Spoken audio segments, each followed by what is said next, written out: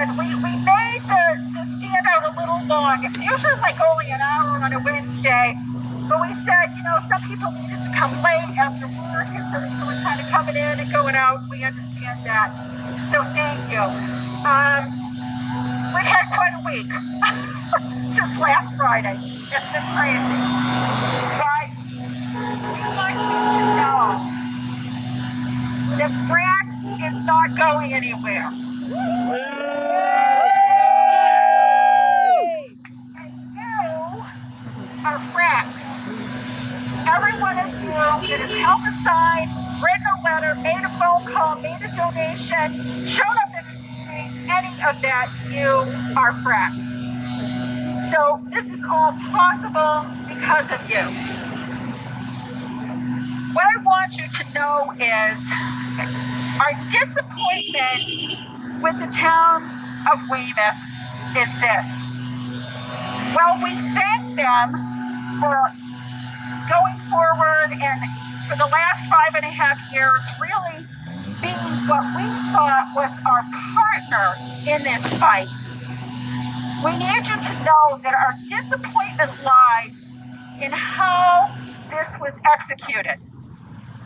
Not only is the contract potentially not valid, but the manner in which the other municipalities and FRRACS were treated by the mayor, by the solicitor, was abominable. FRRACS, we've got a thin skin, don't we, guys? Not a thin skin, we've got a thick skin. We have a very thick skin, and we know how to stand up, and we know how to fight.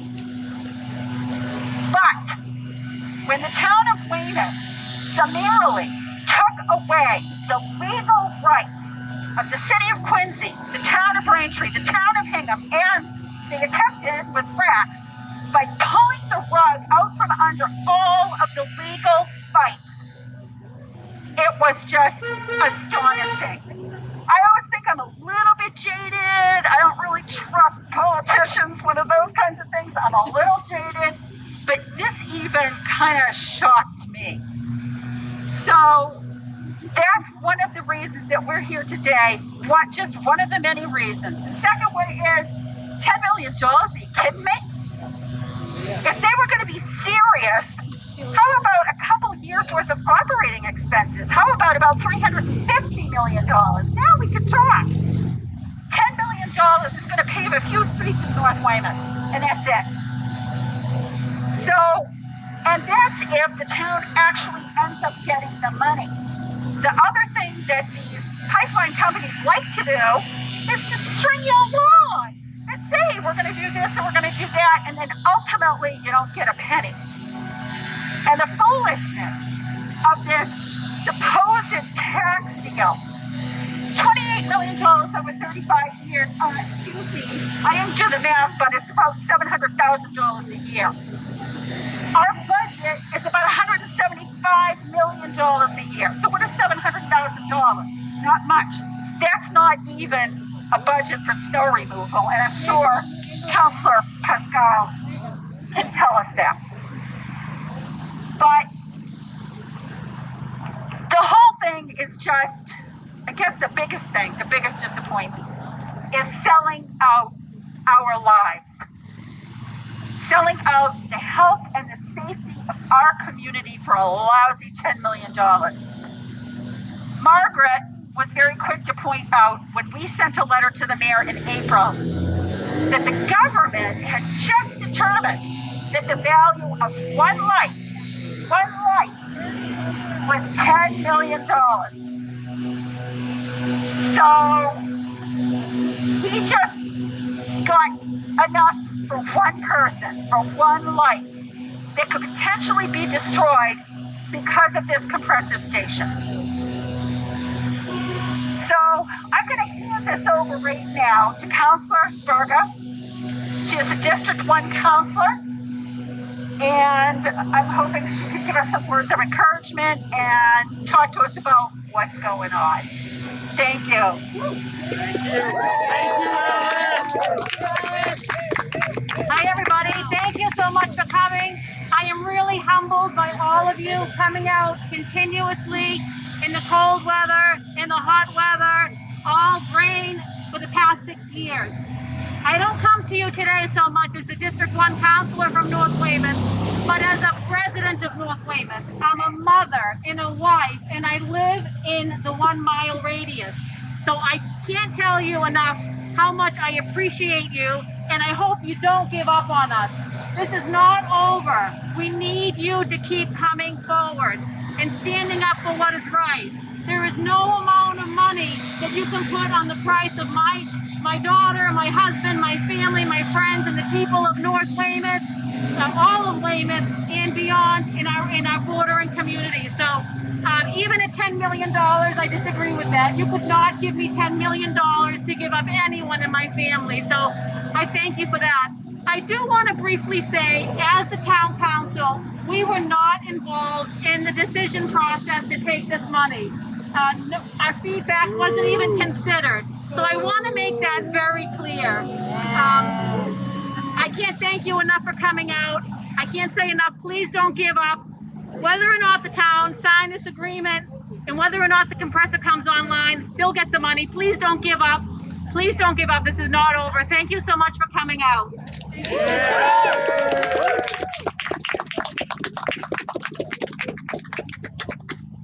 Thank you, Pascal.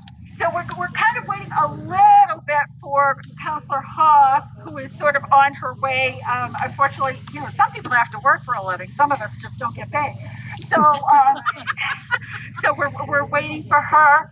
So in the meantime, is there anybody else who would like to speak? We also have the head of the school committee, Lisa Belmarsh is here. We have from the school committee also Carrie Palazzo and Rebecca Shalak-Shangra. So there was a school committee meeting last night. If you have not seen it, go on to the channel. Apparently it was like the #1 hit for the morning. There was a discussion about, and I'm going to tell you a little bit about this, there was a discussion about the safety plan. Because at the meeting regarding the safety plan that was last Monday, the head of the emergency planning committee said that the schools already had a safety plan in place. And I said to myself, I don't think so. So I will check. So I called the school committee member and said, do you guys have a safety plan ready for this compressor station? And was told no. And as a matter of fact, we were never involved in the talks about a safety plan. If you're not from Weymouth, I will tell you about the 2 schools that are in the 1 mile radius. There's Wessagusset, which is an elementary school, and there's also the Johnson School. The Johnson School houses our most vulnerable students from the district. I did not even know the level of the vulnerability of these children until yesterday. The evacuation plan brings all of the traffic of North Weymouth right in front of the Johnson School. So how are they going to evacuate students on a moment's notice who probably it takes a good half hour to 45 minutes to get them on the bus on a daily basis? How are you going to get them out of there when there is an emergency situation? So go on to the cable channel, pick up that school committee meeting because it was a little fascinating. Weymouth.tv. Weymouth.tv. It'll be up soon. Excellent. So also there is the environmental meeting from a couple weeks ago where the safety plan was put out. And what we were told was, and I think I got it after thinking about it for a while, this safety plan is not for you. It's not for you. It's not for you. It's for us. It's for the fire department or the police department or the emergency people. But what you're supposed to do when something happens, I don't know. I think you're on your own. Because the plan doesn't talk about, do you shelter in place? Do you try to escape? Do you go to your basement? Do you hide in a closet? What do you do? And the safety plan doesn't talk about how do they get the students out of there? How are they to get them out of there? So I'm going to tell you a little story without naming names. But speaking to a fire official some months ago, probably over a year ago, I said, here we are on the site. You have an explosion on the site. What are you going to do? And the fire official said, I'm going to cordon off a 1/4 mile radius and I'm going to let it burn. And I said, okay, well, what happens to the people in that 1/4 mile? And what I got was okay, we don't know if we can get them out. We don't know if we can go door to door. This is the reaction that we have, is the shrug, because that is the reality of a situation when something like this explodes. In Kentucky, 2 years ago, a pipeline belonging to Enbridge that was severely corroded, that they knew was corroded, that they did nothing about, exploded. It wiped out a trailer park. It killed one woman. They were lucky. It decimated 40 acres of land. A year later, same pipeline, Enbridge, second explosion. The second time, at least they didn't kill anybody. They were fined by Pipeline and Hazardous Materials Safety Administration. They were fined by the National Transportation Safety Board because Enbridge does not maintain their pipes. 20 years, those pipes have been sitting in a corrosive environment. They've had 2 situations in the past 3 years where they've had to dig up the pipes for corrosion. And that, folks, is the Achilles heel. If there is an explosion, we have no way to get out. So talk to your town councilor, send them a note, ask them about that. There is also a meeting, a town council meeting on Monday night. The last agenda item is a letter to the Attorney General asking her to investigate the contract. Woo! Yeah. So, if you are a citizen of Weymouth, please get in touch with your town councilor. We posted on our Facebook page their email addresses and what district they belong to, and send them a note and say, please support the motion to send that letter. Because this contract is a stinker. And the town saying, oh, we have all the safety stuff in place, they relied on Enbridge for that. They relied on the liars at Enbridge for this safety plan. So we need to get a hold of the counselor, talk to them about this, send them a note, ask them about it, make sure that they commit to voting to send that letter to the Attorney General. Yep.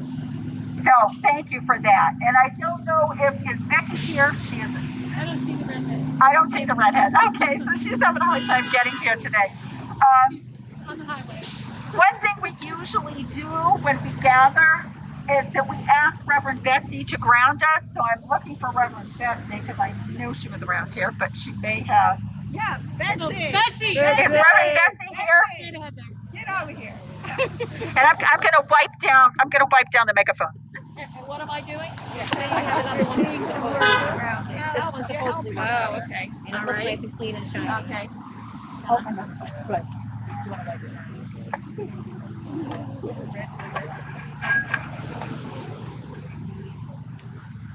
We are concerned about safety, aren't we? We are. Do I just speak into it? Nothing to push? Yeah. Go right into putting touch base right up.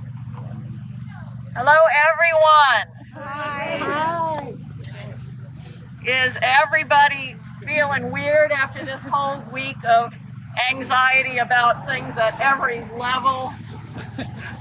Between the election and the compressor station, fossil fuels, everything is awry.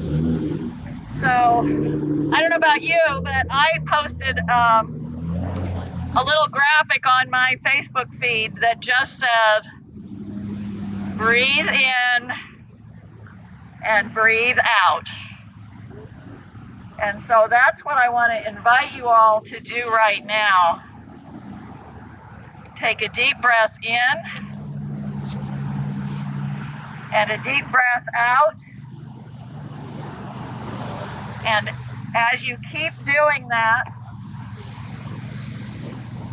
feel your body, feel your connection to the ground that you're standing on, this sacred earth that we all belong to. Feel that breeze blowing against your skin. See the beautiful trees around us, some with the gorgeous leaves still on. The sunset colors starting. Breathe in. Breathe out. See all of these people standing around here who are standing for justice, who are standing for love, who are standing for each other, who are standing for the residents of the Fore River Basin, who are standing for the earth. Breathe in, breathe out, and be thankful for all of these things. Amen. Amen. Thank you. Thank you.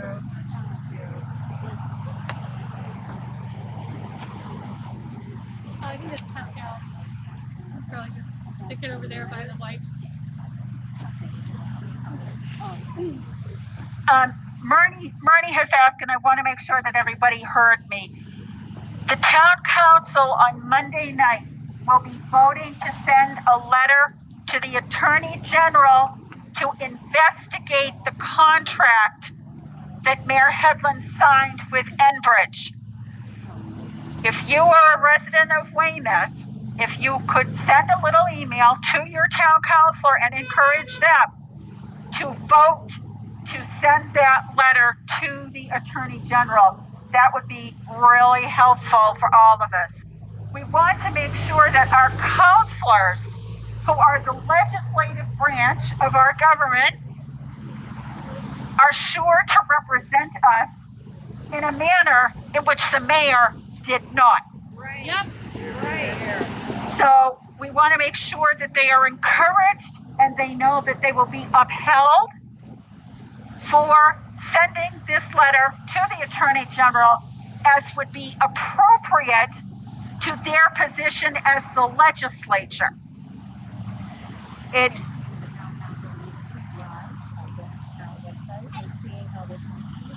and Councilor Berger reminds me, go to the live meeting of the town council on Monday. If you go onto the town's website, just look up town council, or you can look up the calendar and you can pick up the town council meeting. On the agenda is the Zoom link to the meeting. So you can see the meetings live, so you can see anything that goes on, no matter what it is, if we're planting a garden or doing something wonderful, you can go on and see that. So be sure to tune in on Monday night so you can see the deliberations about this. It's bound to be kind of interesting. And if you don't live in Weymouth, you can ultimately pick it up on, what is it? Weymouth.tv. Weymouth.tv. And you can pick up these meetings that are recorded. So just make sure, and like I said, if you can, write your counselor. Just a quick email. Make sure you vote to get that letter sent to the Attorney General. Very, very important. So I can't, unfortunately, I don't know if Councilor Ho is going to make it. So she's trying. I wish she did, but if she does, that's good. We had set this standout to go until 6 o'clock. I know a lot of you have been here since 3, and the sun has started to go down. So I would love to have you stay as long as you can, just to let people know that we're still here. But again, I want to thank all of you, because FRRACS does not exist without all of you and all of the work that you've done. Did you sign a letter? Did you hold a sign? Did you send us $5? Did you protest? Did you sing? Did you come to a march? Whatever it is that you have done, has been all part of this movement, and we can't thank you enough. Again, our goal is to stop them from ever operating this compressor station. Our goal is to make it a stranded asset for Enbridge, and let that be a lesson to the fossil fuel industry, that when we tell you no, we mean no. Yes. Yeah. Thank you.